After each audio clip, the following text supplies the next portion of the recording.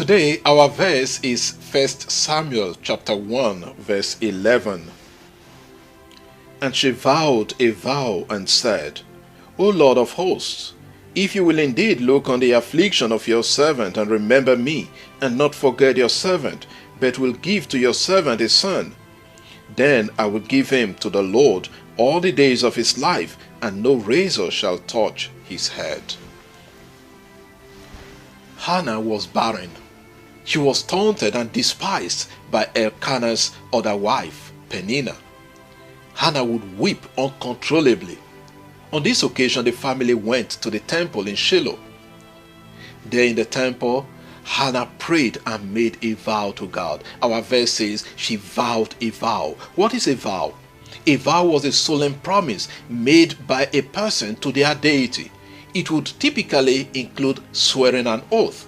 Should the person fail to fulfill the vow, the person incurs a curse from the deity.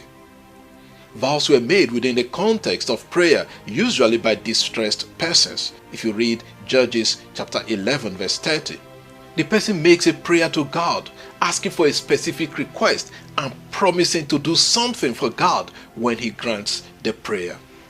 Hannah made a vow in her lowest moment. Her prayer is contained in the vow she made. O Lord of hosts, if you will indeed look on the affliction of your servant and remember me, and not forget your servant.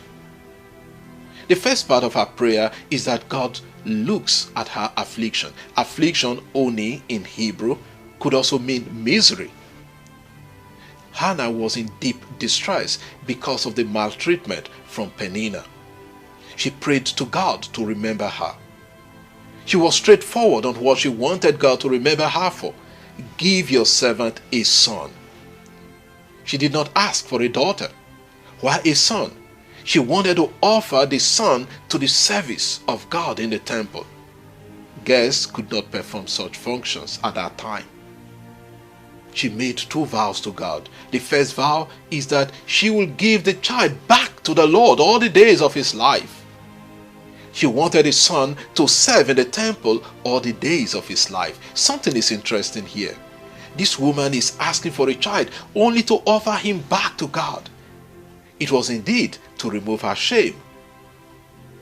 Her second vow was that no razor would touch the child's hair. This second vow is connected with the Nazarite vow, symbolizing extreme devotion to God. Read Numbers chapter 21. The Nazarite separates himself to the Lord with no wine or strong drink, no razor touches the head, and cannot go near a dead body. The Nazarite is consecrated to the Lord all his life. Read Numbers chapter 6, 1 to 21. The Nazarite was fully consecrated to the Lord all their lives. Samson and John the Baptist were Nazarites. We see that Hannah made a strong vow to God. What do we learn from Hannah? Sometimes we make vows to God, especially when parents seek children in marriages. In some cases, they may be looking for a child, or some people make vows asking for either a male child or a female child. Do we fulfill the vows when our prayers are answered, or do we forget we had made such vows? Sometimes a vow would have been made when I was a child to dedicate my entire life to God. I hope I have not forgotten such vows. We make vows at different levels. As a priest, as a religious, as married people, when we exchange vows on the altar to one another. Let us not forget the vows we have made to God.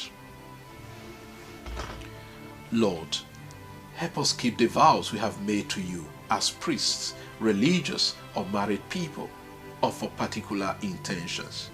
Amen. God bless you. Enjoy the rest of the day and continue to celebrate the Christmas season.